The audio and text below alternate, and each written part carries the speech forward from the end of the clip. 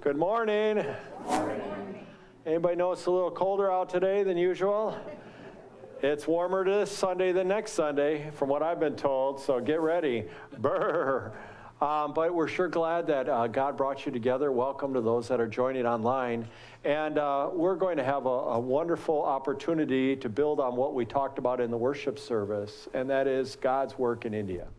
And so before we get into it very far, though, let's have a word of prayer, shall we? Oh, Lord, in this season of Advent, we are reminded you're coming. And today, as we reflect upon what that means and the work you are calling forth from us and enabling us to do, we thank you for partners. And today, we thank you for Ruth and Bruce for bringing them here and for all the people they represent, literally millions, Lord.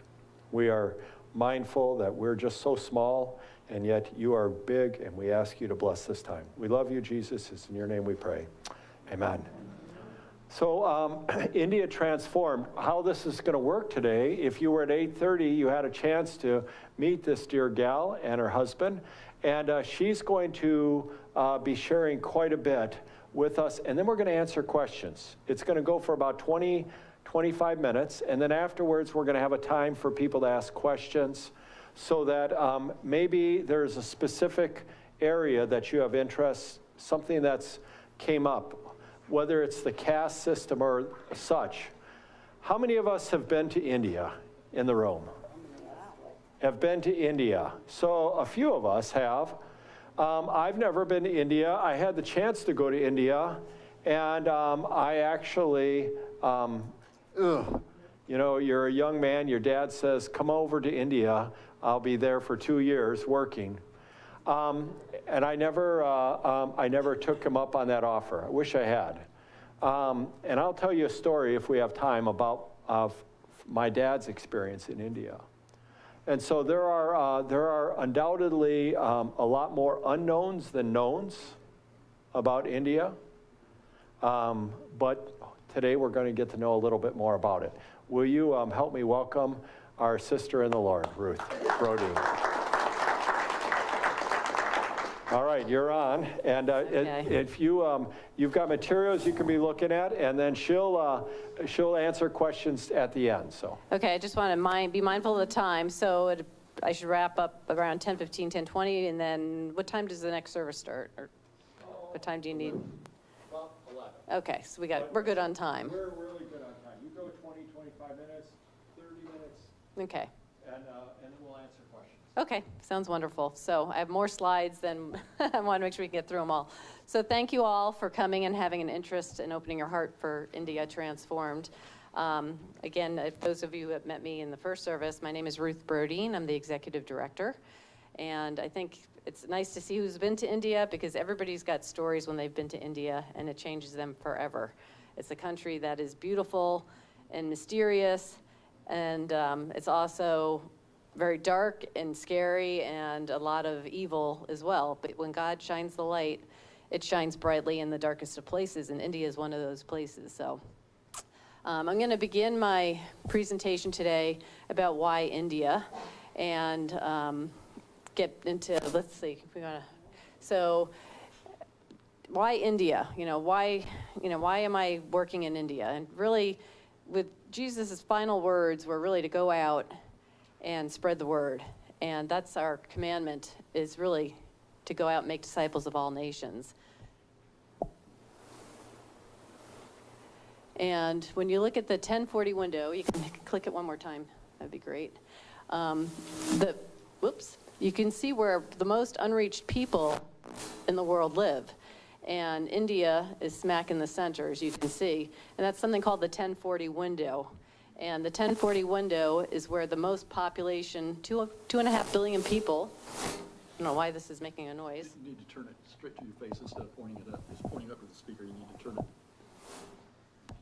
like that. Ah, like this. I wouldn't have guessed that.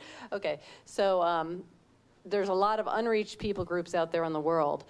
And 50% of these people live in India. And one of the most shocking things of all missionary dollars that go over to India, well, let me back up. Only 2% of all mission dollars go international, and of that, only 0.05% make it to India. So very little money is spent on reaching people that are in India. And when we look at the world poverty, where is the world's greatest amount of poverty? You can see 30% of it falls in India. It is one of the poorest countries in the world, and it is rising up economically. However, 75% of the population is earning about $5 a day or less. In the areas where we work, they earn about $1 a day. And these are out in the villages, and we work with the Dalit people. Okay, next slide. So 90% of Indians have never met a Christian, have ever heard of Christ, and know that there's another option other than Hinduism. They know probably Muslims. Next slide. About 80% of the population in India is Hindu, and 14% is Muslim, and about 2 to 4% are Christian. So there's a lot of work that needs to be done to let people know they have other options, faith options that are out there. So poverty comes in several different forms and styles. Here I've broken it down into spiritual, social, and economic poverty, and this is what we work to overcome. So to begin with, we need to understand the caste system in India. It's very complex, and it's even complex for somebody who's Indian to explain it. But to make it as simple as I can make it, there are really 4 castes, main castes, and then the 5th one is outside the caste system, which I'll get to in a minute. Top of the system, if you think of the human body, is the Brahmins. So they're the heads, they're the mouths, they're the speakers of the country. They are probably going to be your physicians, your doctors, your lawyers. People who are highly respected in government jobs are going to be the Brahmin caste. Then the next level down is the arms, the Kshatriyas, and they represent the warriors, the strength. They're going to be your policemen, your firemen, your people that are out there that are to serve in the government. Then below that, you have the Vaishyas, who are the business community. They're the business owners. And then the Shudras are down by the feet, and they serve everybody up above them. However, outside of the system is something called the Dalit caste, formerly known as the untouchables. They banned the word untouchables, and they've actually banned the caste system, but it's still alive and well, especially in the rural areas of India. So the Dalits are the untouchables, and basically they're the lowest of the low. Historically, their job was to remove human waste from homes and from the fields, and that's why they're considered to be impure and dirty. And that's why people don't want to mix with them, because they have this reputation for just being bad people, because they're also, I'll go into the karma of India a little bit later, but their karma has brought them to this place where they don't deserve to move up the ladder. They did something bad in their previous life, and they're reincarnated and being born again and again as a Dalit, so there's no escaping it. So a life as a Dalit, from the day they're born to the day they die, and in the afterlife, is always stuck in this perpetual cycle of being dirty and unworthy. So it's reinforced by their birth. When you're born into the caste, you stay in that caste. You can't escape it. Their religion tells them they're stuck there and that they have no hope. And their nation even tells them that as well, because they're discriminated against, they're harassed, and they're very oppressed. And it's just a very sad cyclical cycle that is very hard to break out of unless you're educated. Then you have some hope to get out of it. There's also a lot of gender discrimination against women there too, which I'll go into in a little bit too. So spiritual poverty, India is ranked as, right now, as the number 10 most dangerous country for Christians. It was ranked 28, and it jumped from 28 to number 10 when Modi came into power under the BJP party. It just skyrocketed. Today there are only 65 million Christians in a country of almost 1.4 billion people. So right now, India has historically been known as the land of democracy, and different religions all coming out of one country. I think there were 4 major world religions that were birthed there, and it used to be a land of tolerance. But right now, there's a total lack of religious freedom unless, if you're Hindu, when you're born in India, you're automatically born into the Hindu religion, regardless of what your parents are. So if you're a Christian, you have a child, it's automatically assumed that your child is a Hindu. To convert out of Hinduism is very difficult. You have to go before a magistrate, you have to file a petition, and you have to have it posted on a wall for 30 days. And it is very complicated, and you're under scrutiny, and you risk your livelihood, and it's very dangerous.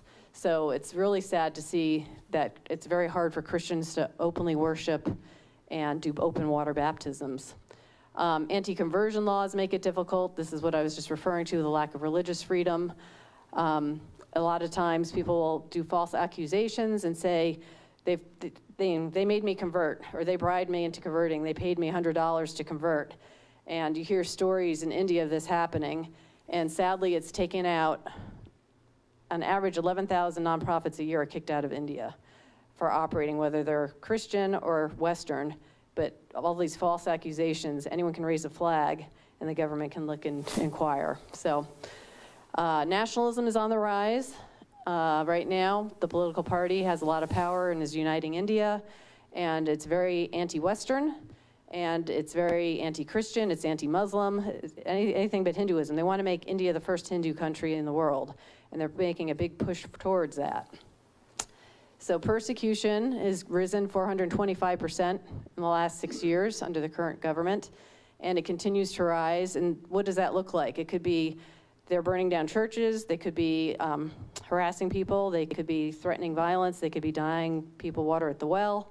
It takes form in many different shapes, and we've had 2 of our own people that were martyred, which is a very sad story, but we've lost 2 of our own people that were preaching and going out there and doing good work, and they're willing to die to gain everything for their freedom. So they died as martyrs, and they were willing to do that, and it's sad, but life in India is very tough, especially in the northern part.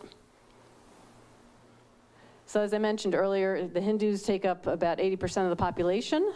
Muslims are 14%. You can see Christians are 2.3%. I've seen reports as high as 4% that Open Doors Mission has reported that Christianity is rising. And I think this is, such a small percentage of the overall picture of different religions, but it gives you an idea of why would the government be so threatened by such a small amount of the population? Because there's some truth behind it, and they're afraid because our religion is really gives a lot of liberties to people. It really encourages people to become educated, to find what your destiny is, and what does God have plans for you? And obviously it's a big threat to them if we're only 2 to 4% of the population. So when we look at religious beliefs and values, to understand a little more about the culture, in Hinduism, they worship over 330 million deities. They have gods and goddesses, and they take form in different shapes and forms like monkeys and snakes and cows. So they worship. If their God doesn't deliver on their prayers, they go to the next God. And if that one doesn't deliver, they go to the next God. And they have a lot of icons and shrines. When you go into the homes, you'll see all these little statues that they have of their gods. Their karma, as I briefly mentioned earlier, is basically how you live this life is how you'll be treated in the next life.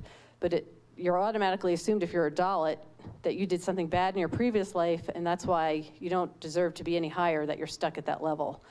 And it's very uncommon for a person from a higher caste to actually help somebody out in a lower caste, because they probably did something against your family. If you're in the higher caste, why would I want to help somebody that hurt me and my family in a previous life? So there's not a lot of philanthropic generosity in India the way it's set up. They don't really give a hand up to people who need it the most. They also believe in reincarnation, and that they're just stuck in this cycle. It's just an endless cycle. So when you see people in India, you see they look lost, they look forgotten. There's tons of people in India, but they just have this hollowness in their face and in their eyes, and you can see it when you walk around in India. It's very dark and it's very sad. So when we introduce somebody to Christianity who they've never heard of, a living God that you can have a personal relationship with, it's so foreign to them. It means you can actually know your God and have a loving relationship. They have no idea that can even exist. And the whole idea of mercy and forgiveness is so foreign to them that they have no comprehension of that. So they really need to learn and experience this, and it takes a long time for them to understand it. It doesn't just happen overnight. And then open water baptisms, as I mentioned earlier, is another thing it's hard to do these now. And the concept of everlasting life is a whole new concept for them to grasp and understand. The other thing that's kind of interesting is when we look at cultural values, they center around, they're very family and community oriented, and they do not want to ever bring shame upon their family. So if a marriage doesn't work out, they do not want to, they can't go back to their parents and get help and move in with mom and dad again. That's not good. So these women end up on the streets. It's very much an honor, fear, and shame society, and respect of your elders is very important in your family. Whereas our Western values are really about being self-sufficient and being an individual and having your freedom of choice. So it's a very different cultural concept when you go into another country that has these Eastern cultural values. So economically, India is the second most populous nation in the world with 1.4 billion. It's projected to take over China in the next few years. And if you were to look at the percentage of people earning less than $2 a day, now I live in Colorado, so I made this map on the western side of the United States, but you can see the size of India is about 1/3 the size of the United States. But the most 11 western states, everybody in those states would be earning less than $2 a day. And if you were to look at how many earn $5 a day or less, it's most of the population of Canada, almost all of North America from Canada down to most of Mexico. So you have a lot of really poor people, and then you have very few wealthy people on top, and a growing middle class, which is good that the middle class is growing, but there's so much poverty and depths of it. And the reason for this is that education has been generally limited historically. It's gotten a lot better in the last 10 years, but historically, the Dalit people weren't sent to school because they couldn't find teachers to come into the villages to teach these children because, again, of that caste system discrimination. It's hard to find good teachers even today that will invest and stay in one area to work with the poorest of the poor. So you have a country that's got a lot of highly illiterate people. They're uneducated. They can't read. They can't write. Their children are forced to work at an early age because they really are basic on survival mode. They're so poor that their children have to work. Every penny that they can get, every rupee they can bring in is so important. And when the parents are only earning $1 a day and it's time to harvest the fields, they'll pull the kids out to school to be working.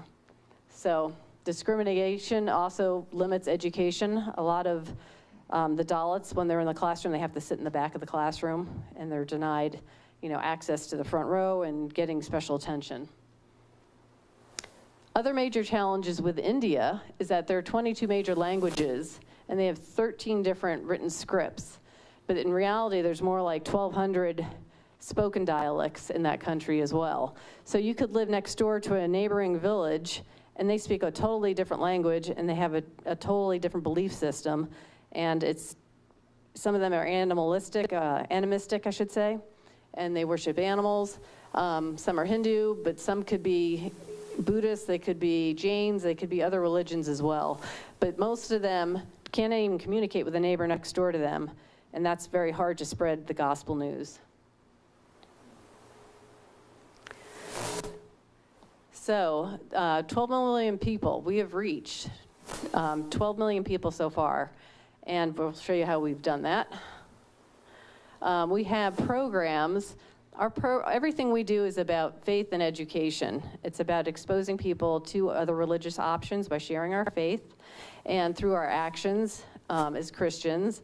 And we do this, we have a holistic approach to looking at communities. So we look at the whole community. We look at the children that are in the community, and we notice that their parents can't afford to hold on to them and keep them. So a lot of times children wander off, or they're kidnapped, or they're abducted, or they're sold into other families. And so we kind of look at the whole situation and see what can we do to help this community. Well, the children need to be in a safe place. They need food, they need clothing, they need access to education. So we have a child sponsorship program where a sponsor will come in and help this family out by taking the financial burden off of the family by sponsoring the child. So they get food, they get 2 meals a day, they get snacks, they go there before school, they go after school. So while the parents are working, they have a safe place to be. And It's very important for these kids to have a safe place where they feel like they have a sense of belonging, where they are loved, because their parents are so busy working.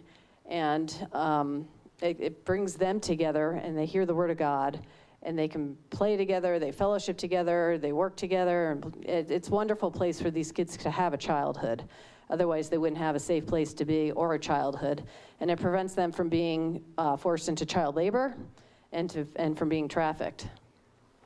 So the women's program has been around for a long time as well. And what we do is look at the community again. We say, what happens to all these women when marriages don't work out and they get cast aside or they lose their husbands? A lot of times the husband, when a woman becomes a widow, she gets picked up by her husband's brother. The oldest brother will take her in, and if he doesn't like her, she has nowhere to go. She's thrown out in the streets. Her family won't take her back in because of the shame factor.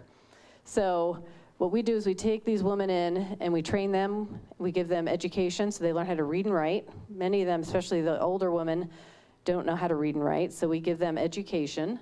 And when they're learning how to read and write and doing basic math, they're hearing the gospel, they're hearing the news, and they're sharing, and they're praying together. These women come together from different faiths, different backgrounds. The program's open to anyone, and they hear the word of God. They're not forced in any way to accept the religion, but they're being exposed to it. And when they pray together and they see their prayers are being answered, they immediately say, your God's listening to me. I've never had this before. And it changes their lives. The women find dignity in the work that they do.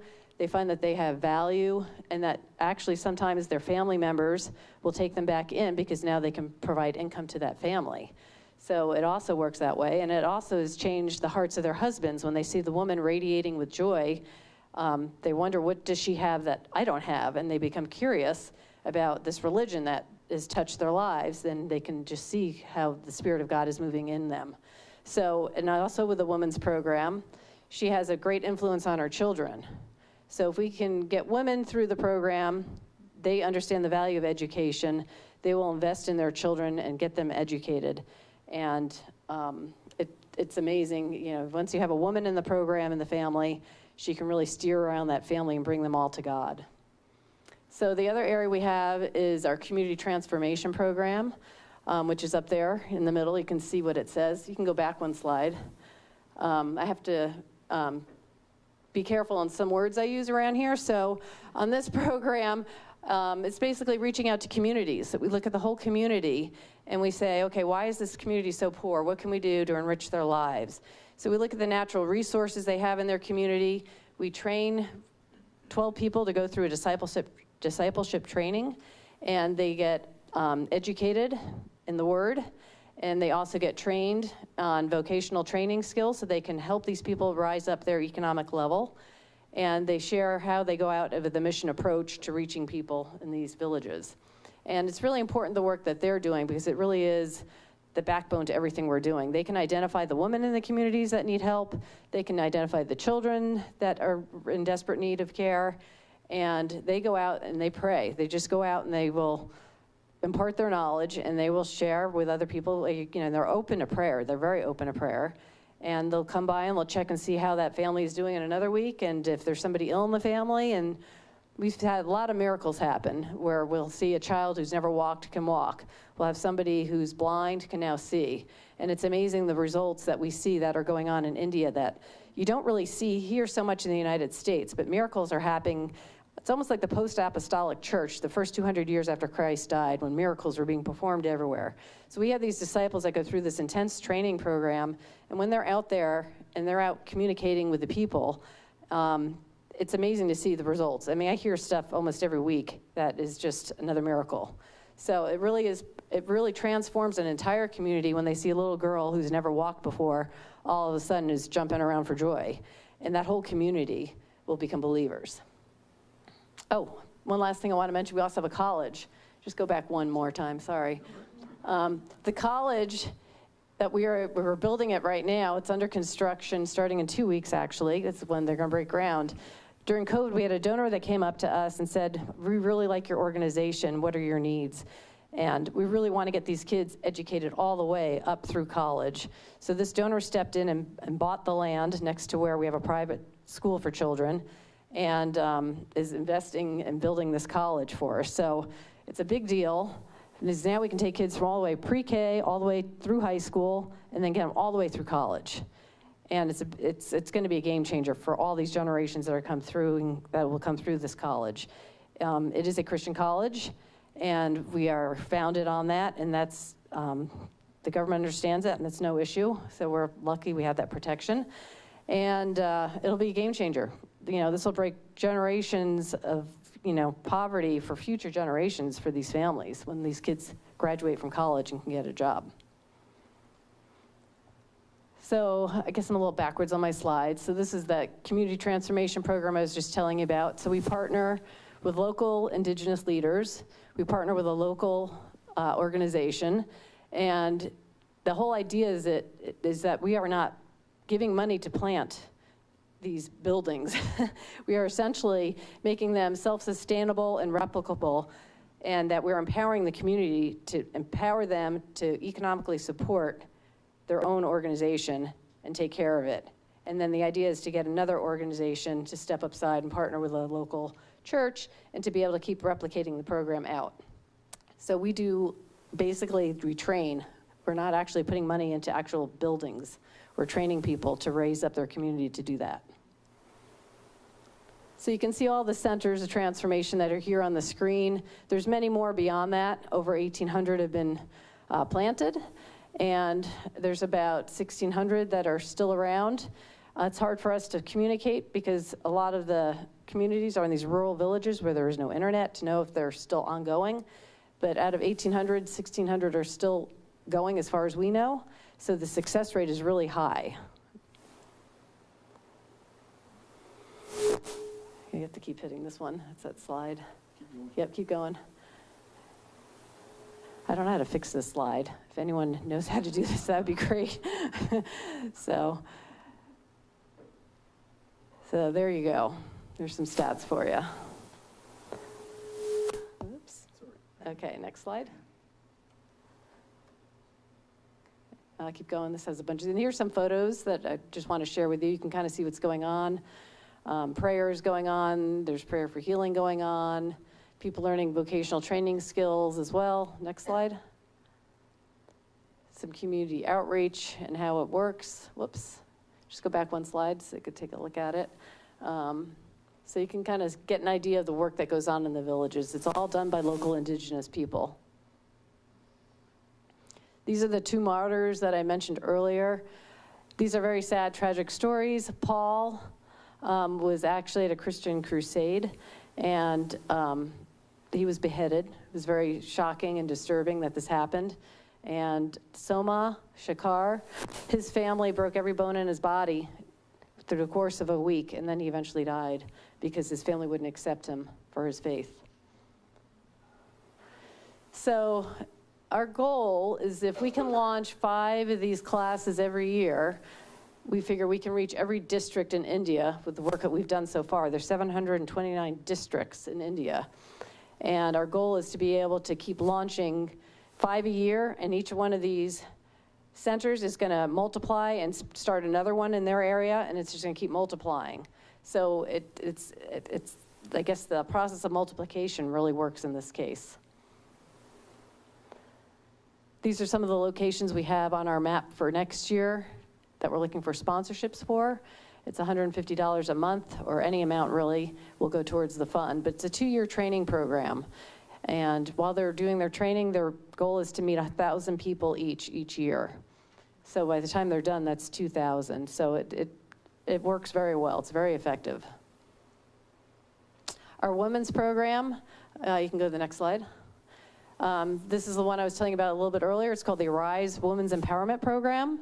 In 6 months, a woman will be trained, and she will learn life skills. She'll learn how to read and write, do basic math so she can run a business. She learns how to sew. She'll hear the gospel message. She's also learning how to take care of her family, because it's something is so basic to us is just, how to, during COVID, how to wash your hands. They don't have soap. They have to go get water at a well.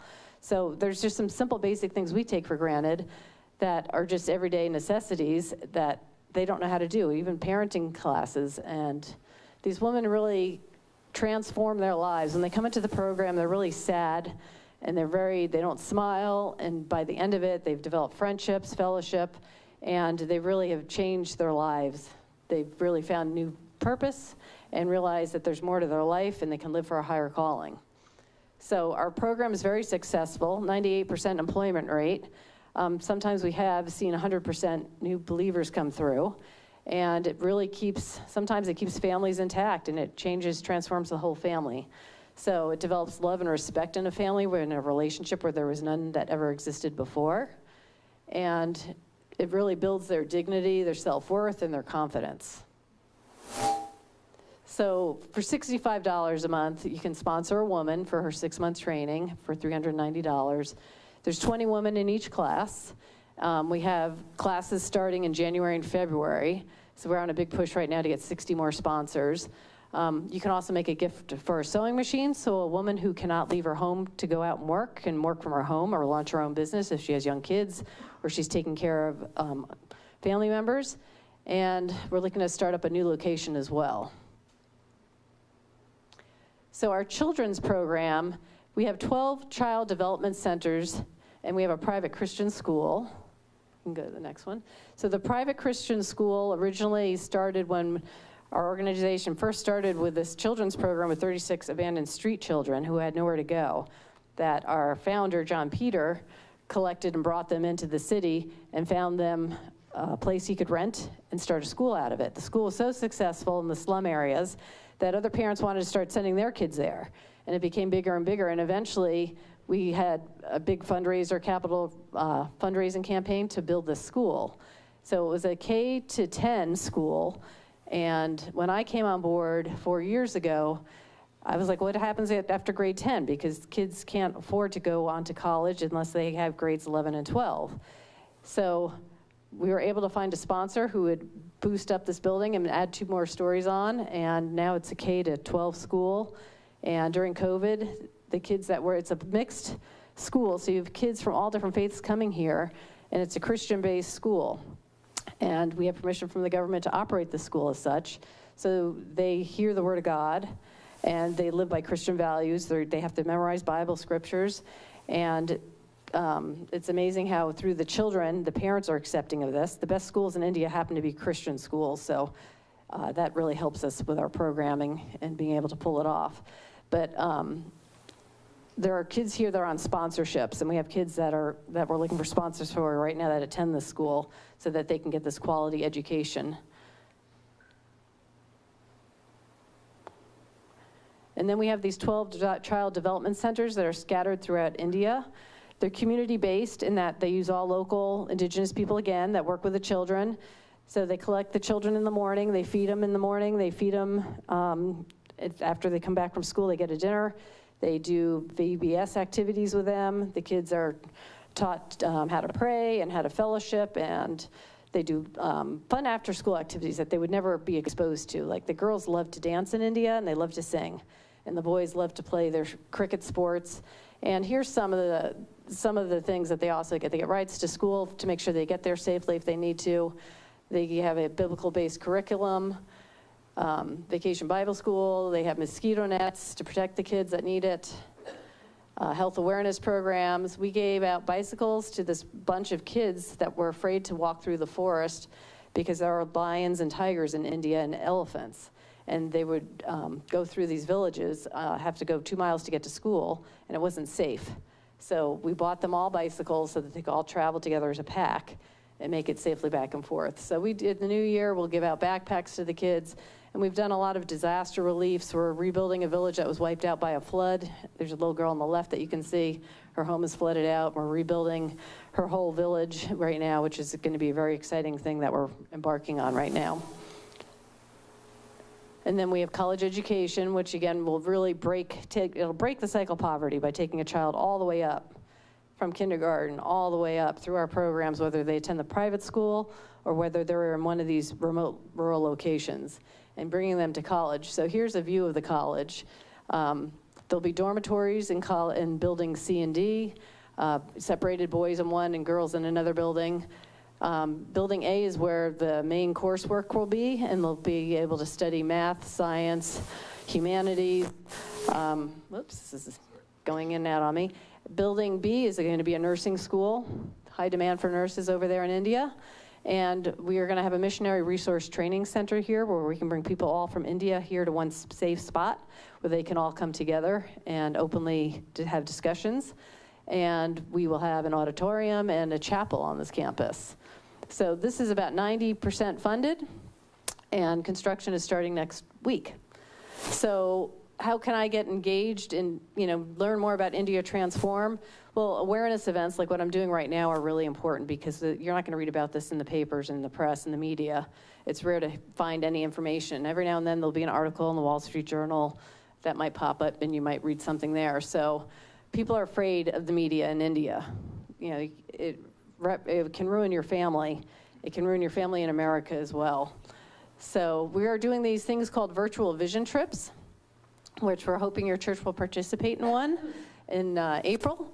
And basically what we're going to do is we can't take people to India right now. It's too dangerous. Plus you probably don't want to go to India with the malaria meds and everything that's going on with disease prevention and all that. But the government, it's just not a good time to take people to India. It hasn't been for the last few years. So instead what we're doing is we're taking people virtually to India. And what we're doing is we're having these through Zoom meetings. And basically you can watch it from your home, or you can come to a church like this and sit here as you are today.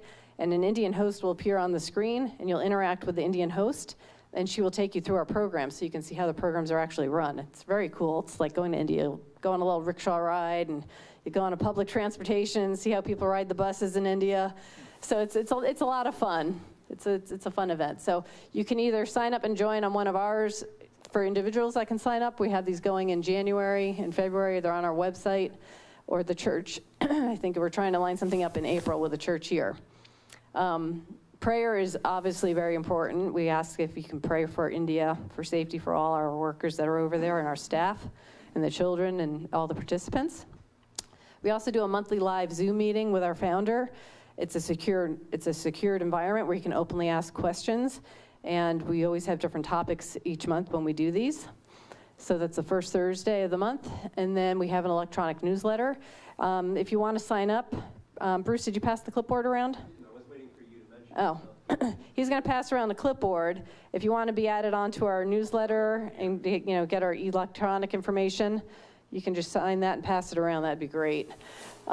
We also are looking for people who want to be ambassadors that want to help spread the news of what's going on in India and share information with other people.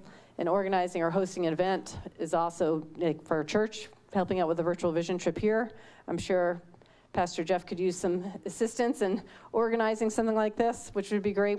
There are a lot of people that are Thrivent members, and as a Thrivent member, you can get $250, and you can buy food with that or put it into some kind of a program. You can use your Thrivent dollars and by hosting an event, which is great. So just to recap, we have different sponsorship programs. And if you don't want to sponsor, you can support us in any, just by, just not having to be a sponsor. But if you want to be a sponsor, it's $150 a month to do the training program for the community transformation. That's the 2-year training program. We have a child's education, the children's program sponsorship, where we have the children out there on the table. Each table here has a child in the middle of it that you can kind of take a look at the child's profile. And you can go to our website as well and see children on there that we're looking for sponsorships. And then we have the Women's Empowerment Program, the Arise program as well. So thank you from all the kids in India and all the beneficiaries that depend on support. And thank you for listening today. Will you give her a hand? So I told you that there's going to be a lot of information. That is just so much. And what I'd like to do for our last time together is to give you a chance, just for a few minutes so she can have a break. Talk to the people that God's put around you. What are some things that you caught together? What are some of your maybe questions or things you noted? And we'll be back to you in just a couple of minutes.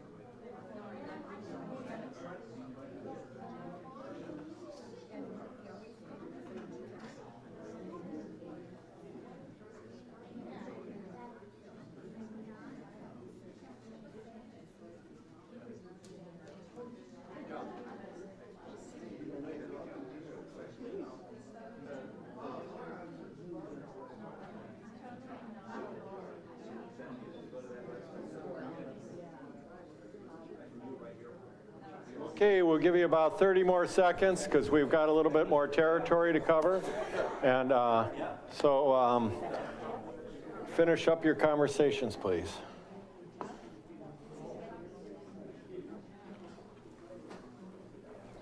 This coffee cake is amazing. That is, yeah, I was just thinking the same thing. All right.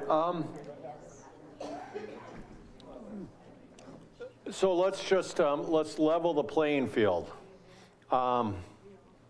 We don't know each other at all. Ironically, we have some connections because whether you realize it or not, this ministry was birthed out of the heart of a pastor of the Lutheran Church Missouri Synod. And so it's kind of interesting. Some of the board members are peers for whom I have a lot of respect. So that's what I know. And I know I liked, you know, I wouldn't mind living in Fort Collins, where she lives. I'll switch houses. I was just going to say, I don't know how Mary'd feel about that, but yeah, they're looking to move here. Isn't it? Wouldn't we like them to move here? And they're looking to move here. And Mary and I have some history with Fort Collins, but we don't know each other. You don't know her. You don't know Bruce, and you really probably haven't run into India Transform. So there are no dumb questions.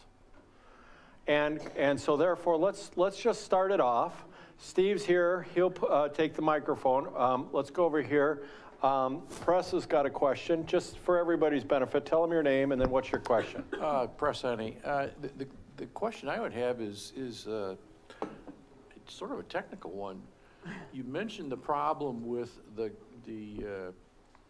anti-Christian attitude, I guess I would say. Does this recording represent a risk to you or your organization? Absolutely. So I try to be as careful as I can, but we are not doing forcible conversions, which are illegal. We are sharing the word, and that's fine to share. When you're not forcing it, we don't do any bribery or anything like that. The government recognizes the good works that we're doing and likes the work we're doing. So we are very secular looking in what we do, and that seems to be working just fine. And we have approval from the government to operate as a religious organization and as a social welfare organization, which is unusual because 30 years ago when our organization matched up with the partner we have in India, we insisted that we have protection from the legal system. And back then, things were much easier to do. And we actually got permission. We took it to the Supreme Court to have our operations be run both ways. I'm gonna turn you down a bit. Mary's got to go, so we're going to come back to you, Press, because she's part of the welcoming. Go ahead, Mary.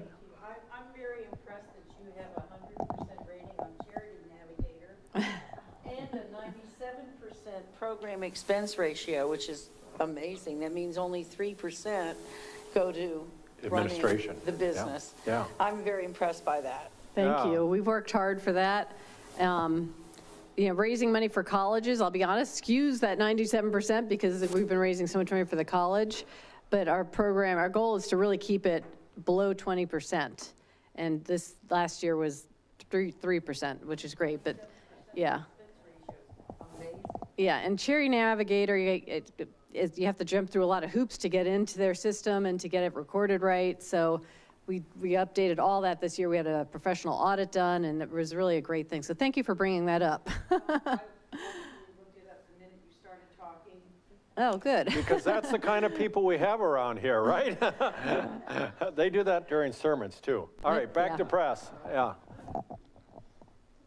So with the caste system and the untouchables, through your process, do they work their way out of it?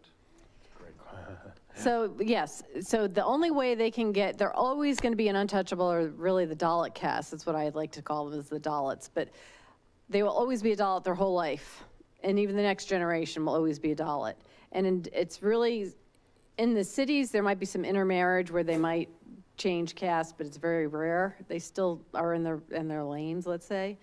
But through education, they can rise above. They can still break out if they get a good education, and they know they can. If these kids have the confidence, then they can do it.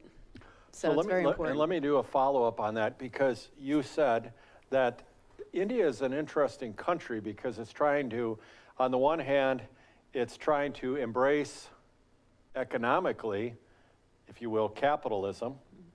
And on the other hand, it rejects a lot of what we would consider inappropriate Western practices anyways. And so,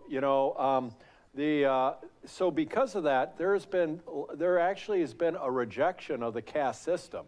And I was gonna let you just speak to that. In some respects, there is a rejection of the caste system, but when it's worked out in society, do you want to expand on that a little? It's really hard to kind of explain it, but there are the Prime Minister Modi came from a very low caste, and he's the Prime Minister.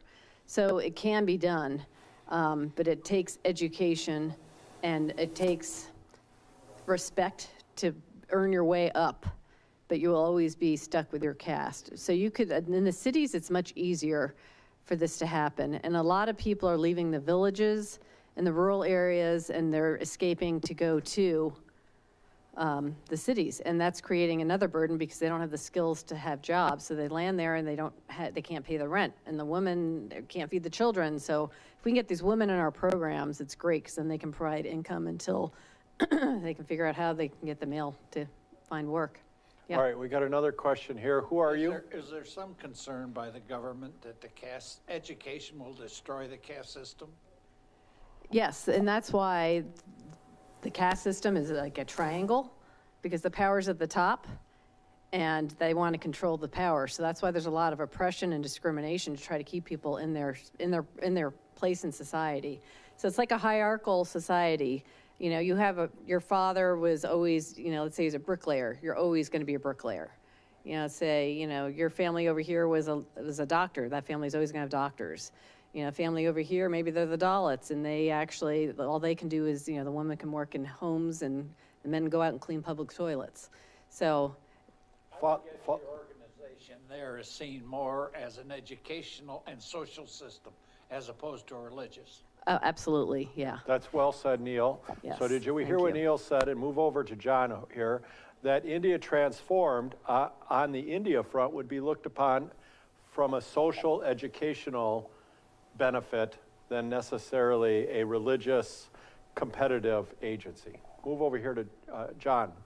I'm curious as to how you're in what, how do you know physically what a person's caste is, or what's? Oh, it's all identified by their name, and a lot of times the color of their skin, the definition of like the cheekbones and the bone structure, their height, if they're tall, if they're short. So you can tell. Yeah, they can visibly tell. If you get educated, you still are identified as this particular. And by your name, yeah. Your name tells it right away. And by the way, I think this is really important for us. We're scratching the surface here, right? I taught at Concordia World Religions, and it was always fascinating because Hinduism, we have so little understanding as a common people. And if it's something you're interested in, we'll set aside a Bible class period where we can talk about Hinduism. And we can talk about it, I don't know if you noticed those cultural values. Don't put me on the side of the West. I'm not all that excited about individualism. And I'm not that excited about freedom of choice either. So just to be candid, Luther wrote a book called Bondage of the Will. Now, don't hear me as being rejecting it, but I think what we have to realize, there are some beautiful values in the East. And some of these values about family and honor and community are good ones, unless you're trying to control, and that's part of where, when you have the religion that controls it, and the religion does control it, religion sets the whole tone for karma, which I'm hoping I'm going to be able to tell the story about my dad. But other questions? Anybody else? Yeah. Well, to the extent that your organization starts to have even more success, are you then started to look as a threat to certain people? or certain groups? So far, we've been in really good favor with the government. And a large part of it really is that we are based, our organization is really Indian based. It's all using local indigenous people to do everything they're doing. And it's not like we're coming over to them telling them how to do it. They're running the show. We give them the funding. They have to report to us and make sure that the money is going where we say it needs to go and it's designated to us. And then they need to show us reports and how things are going. We go over to India. We have 2 board members that are flying over to India because of COVID. We haven't been able to go over there for a while. So we have 2 board members that are flying over in January, checking in on the progress at the college, that are going to do an inspection down in this village that they're rebuilding. And so we are in very close contact. I'm in weekly contact with our founder in India, John Peter, and he gives us updates all the time. So we are in good favor with the government. They like the work we're doing, the villages that we're rebuilding, the education we're providing for the children. The college is going to have 40% of the students that are going to be on full scholarship, and they're going to be designated strictly to those children who are gifted that really want to get an education. And that will be a blended, like the private school we have is a blended environment, but it's Christian at its foundation. And we have the approval to operate it as such, which is amazing. But all the fine schools, the best schools in India are basically Christian schools. So that gives a lot of recognition right there. Other questions over here, Mary? Let's see if we can ask a couple more. It's a blessing to have I don't know if Ruth you can with us. elaborate a little bit on the education. As a former teacher, a number of questions popped into my head. Are people able to be trained locally as teachers? Are your teachers all brought in from elsewhere? And what about the language barrier with the kids? Yeah, so the private international school, which is the Christian school, it's the pre-K through grade 12, is in a major city in India. And that attracts people. There's enough of a Christian population there, so the teachers are all Christian there, which is wonderful. So that's also part of the Christian core knowledge education that they're getting. And I forgot the other part of your question. Language barriers? Oh, language barriers. So all the kids that go to the international school have to speak English or learn English. And they'll do remedial education to try to get those kids who aren't up to par to learn the English, but they're so young they pick it up. They have their mother tongue that they're born with, but a lot of times the mom speaks a language that's different than the dad's. So they gotta learn those 2 languages, and then they have to learn Hindi, which is the national language of India. And English is so widely spoken that English is what we teach the children in all of our centers, because if they speak English, when they graduate, and if they don't go on any further in their education, they'll be farther ahead than those other village children coming out of these other areas because they are fluent in English. So it's really important to get the kids to learn English. And they get tutoring help. So the village children, we have the private school in the city, and then we have 12 different child care centers all throughout India. And at those, they get help with their homework. We bring in special tutors, like teachers that would come in that we hire that will educate the children so that they can stay on par with what they're learning and really motivate them, because they don't have parents that value education or understand the importance of education or can help them with their homework. So we hire tutors that come into the centers that help with the homework and help excel and really motivate. And that's why sponsorship is so important, because if you can sponsor a child and encourage that child to educate and learn, that might be the only person they have in their immediate circle who's encouraging them to do so. And the power of a relationship with a sponsor, I haven't really touched on this, between a sponsor and a child can be a very powerful one if you want it to be, because you would write to that child and have a pen pal relationship and get to know that child. And we encourage you to develop and nurture that child and send Bible verses and just tell them about your life. Don't share photos of your big house or your fancy car and say, I just got this great motorboat. Yeah. But just encourage them on their level of understanding and just say, we're here to love you and support you. And that's what they really need, because their parents, they could be from a broken family, or they could have a mother who's really empowering them, but they'd really need that encouragement. And having a Westerner provide that is really powerful. It's like, wow, somebody in the United States values my life and thinks I'm worthy, and they're willing to invest in my education and help me have clothing and food. It's very powerful. Okay, it is getting close to one of those clocks. I don't know what, it's somewhere between 10:45 and 10:47. which means this poor gal might need a comfort break, and she's got to go round 3. Will you help me thank God for her? Because she is.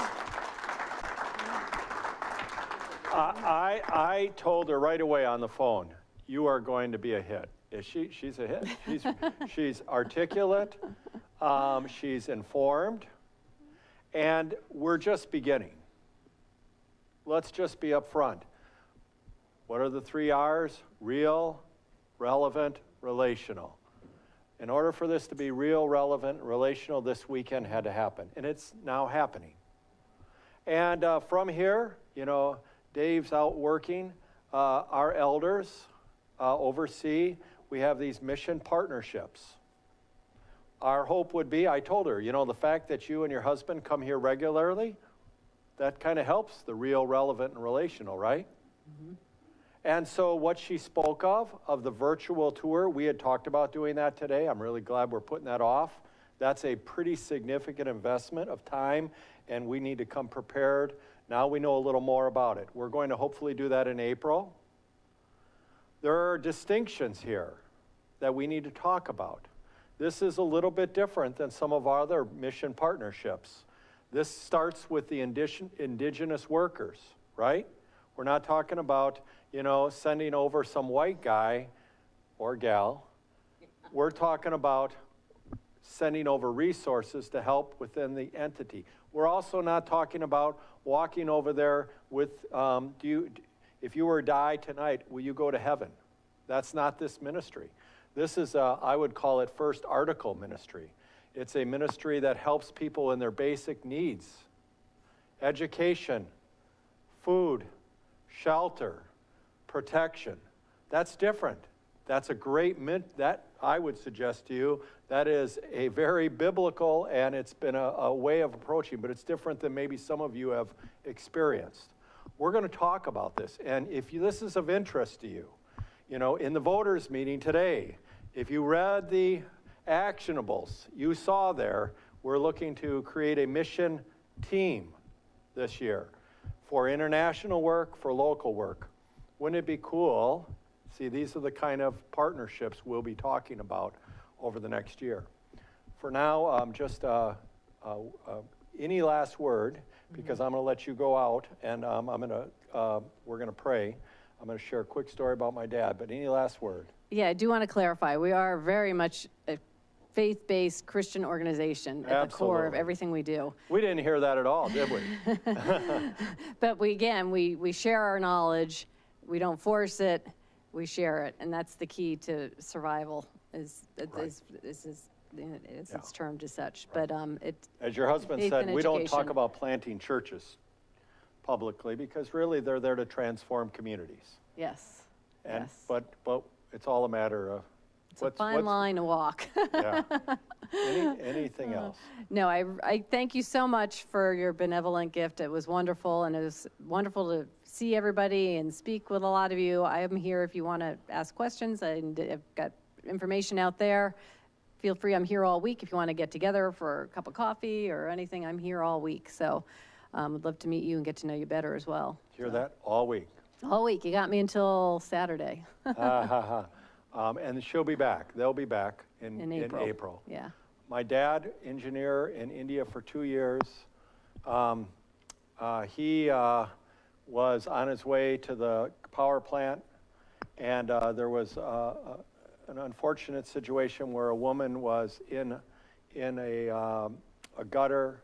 She needed help. She was crying for help.